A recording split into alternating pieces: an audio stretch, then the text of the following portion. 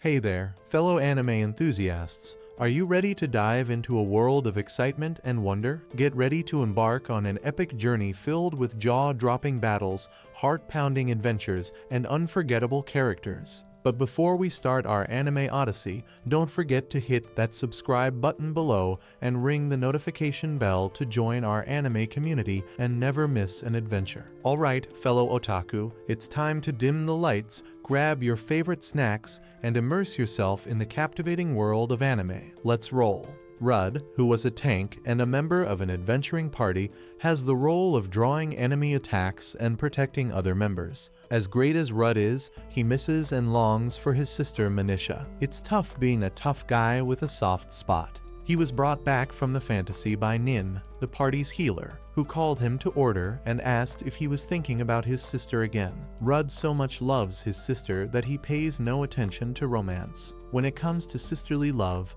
Rudd's like a brick wall, immovable, and totally convinced that no one can outshine his little sister. I mean, who needs romance when you've got a sibling to obsess over, right? Rudd could not think about anything else as Manisha has an incurable disease, and his only hope is the secret treasure of the labyrinth, which is said to grant any wish. He felt getting the secret treasure was impossible due to his performance prior to the time. His shields deplete whenever he enters Labyrinth, and he feels he has failed his other members. Kiglis, the great hero, came into the scene and introduced new members to them. Nin immediately reminded Kiglis that the rule of the Labyrinth only allows parties of up to 6 people, but adding 2 new members to them would make them 7. Kiglis announced publicly that Rudd would be out of the group because he is a useless tank and has lost a significant portion of his shield. Kiglis felt Rudd's skill was interfering since he had 2 skills with unknown effects and could have been killed because of that, which is why he brought in 2 new popular members who can fight while dodging enemy attacks, unlike Rudd, who just defends. As Rudd took his leave, Kiglis stopped him and took out his highest shield value ever, the sword, saying he was just an incompetent tank who wastes his absorbed shield. Rudd felt he was not competent to be one of the members. He told Nin to come visit him at Avansha, where he stays with his sister. Off he goes to drown his sorrows in Avansha, where his sister is waiting with open arms. Rudd could not move to Avansha immediately and sat down somewhere thinking about Kiglis' statement, and he wondered if his skills were actually chipping away at his absorbed shield without him realizing it. As he sat there thinking, he heard some people talking about their escorting jobs to Cuirass. Rudd thought it would be a good idea to join them on the job. He was asked for his adventurer rank, and he was in F rank since he spent all his time in Labyrinth. F for fantastic at being overlooked, I guess. But before he could reply, they remembered him to be at the hero's party, and they pleaded for him to join them. The cleric they were to escort to Cuirass came out, and they set out for the journey. Rudd made a promise to himself to guard the wagon well until they got to Cuirass. Fog started rolling in,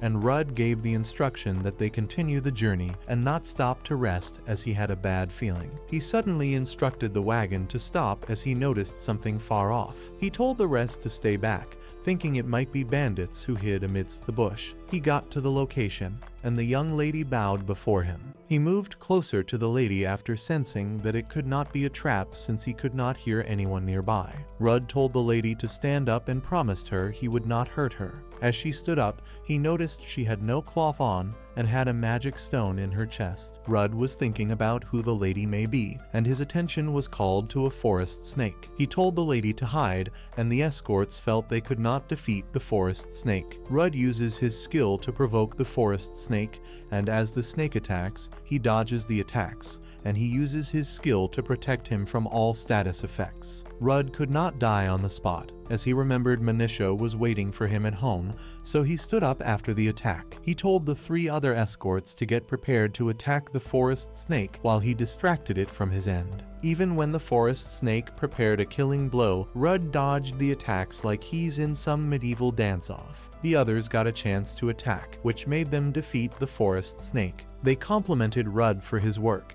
and he also acknowledged everyone's effort. Rudd left them to search for the young lady. and he found her. He asked where she was heading, but she replied that she had nowhere to go. Rudd stretched out his hand and asked if the lady would like to follow him since he was heading to his town. The lady was given a cloth to change into, and Rudd saw that she was a homunculus. Homunculi serve humans as slaves. They don't walk alone. They are known to be expressionless and do their work dispassionately. They have a scary face, and they were distinguished from humans by the magic stone in their chest. Seeing only her in the dangerous forest made him think she was in a special circumstance. They all got to the destination, and Rudd set out to leave with the lady, but was stopped by the other adventurers' escorts. They offered him to join their team, but he refused, saying he had to search for the secret treasure. Rudd introduced himself to the young lady as they journeyed, but when he found out the lady had no name, he thought of Lunaphia Petals and named her Luna. They stopped somewhere and had a meal,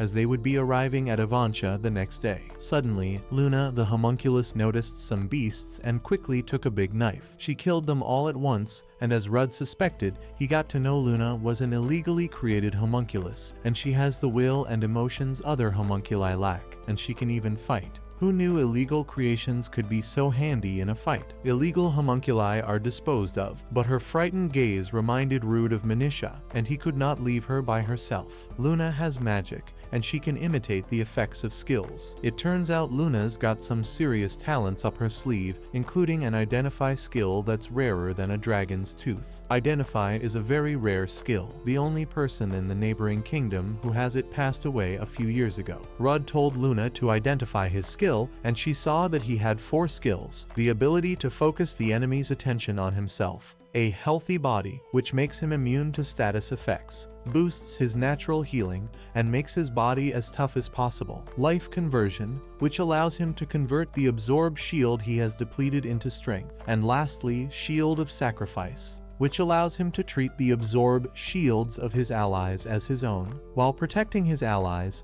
both his allies' toughness and his own increase. Due to this skill, Rudd takes the damage of the others, and he has been taking damage without realizing it because he was using the shield of sacrifice to protect his party members' shields. Rudd, who has been worried about his unknown skills, was happy it was resolved easily, and he thanked Luna. Finding out about these skills, he could now return with his head held high to Avansha, where his sister awaits.